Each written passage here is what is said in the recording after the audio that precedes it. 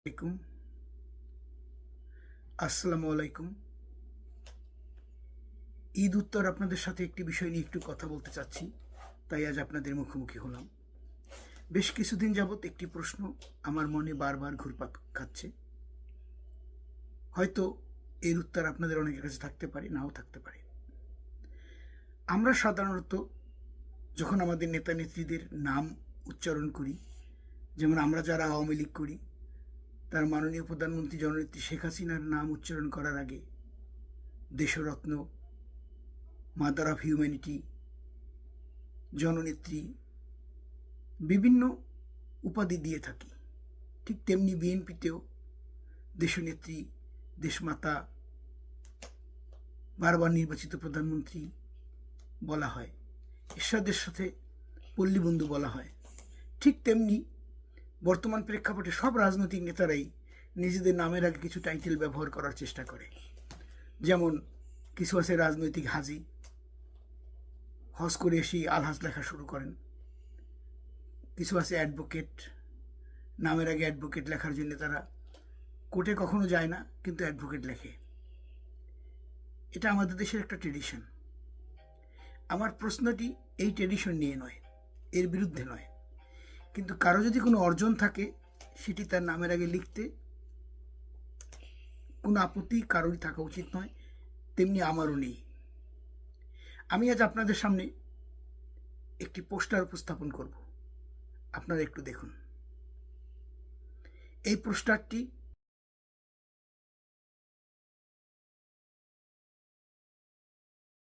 দেখুন। এই পোস্টারটি মরহুম রাষ্ট্রপতি জিয়াউর রহমান সাহেবের। উনি যখন 79 সালে নির্বাচন করেছিলেন, তখন এই পোস্টারটি, তখন ওনার নামের আগে লেখা হতো মেজর জেনারেল জিয়াউর রহমান। আমার প্রশ্ন, উনি কি স্বাধীনতার ঘোষক স্বাধীনের সময় হয়েছিলেন, নাকি 1991 সালে নির্বাচনের পরে ওনাকে কেউ বানিয়েছেন? উনি কি নিজে কখনো স্বাধীনতার ঘোষক দাবি করেছেন, নাকি আমাদের দলের যেমন চামচারা অযাচিত বিশেষণ ব্যবহার করেন, তেমনি তাকে ছোট করতে গিয়ে তার নামের আগে এই স্বাধীনতার ঘোষক শব্দটি ব্যবহার করছেন? উনি যদি স্বাধীনতার ঘোষক হবেন, উনি কি জানতেন না? তবে ওনার পোস্টারে কেন স্বাধীনতার ঘোষক কথাটি লেখা নেই?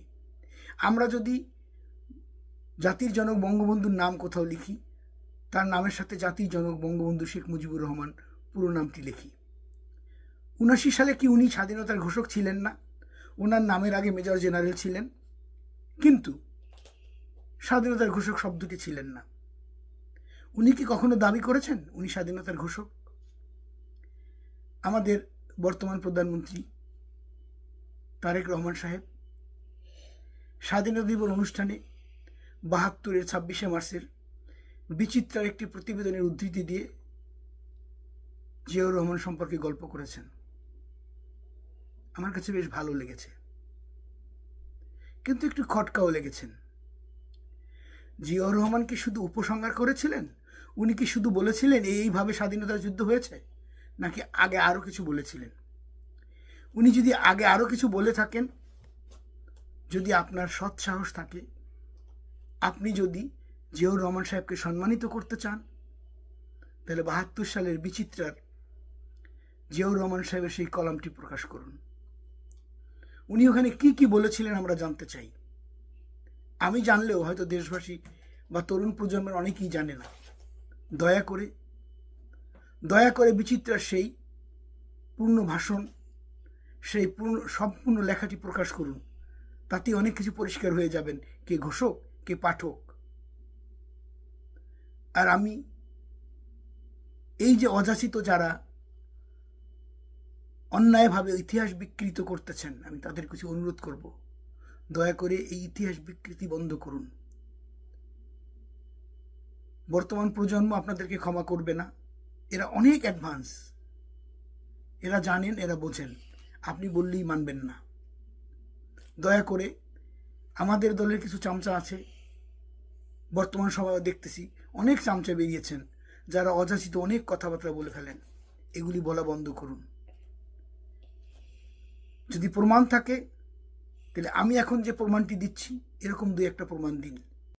Sheikh Mujibur Rahman, the leader of East Pakistan, declared the region an independent republic. 1971 26 March Bangladesh সময় সকাল 7:30 মার্কিন যুক্তরাষ্ট্রের হেবি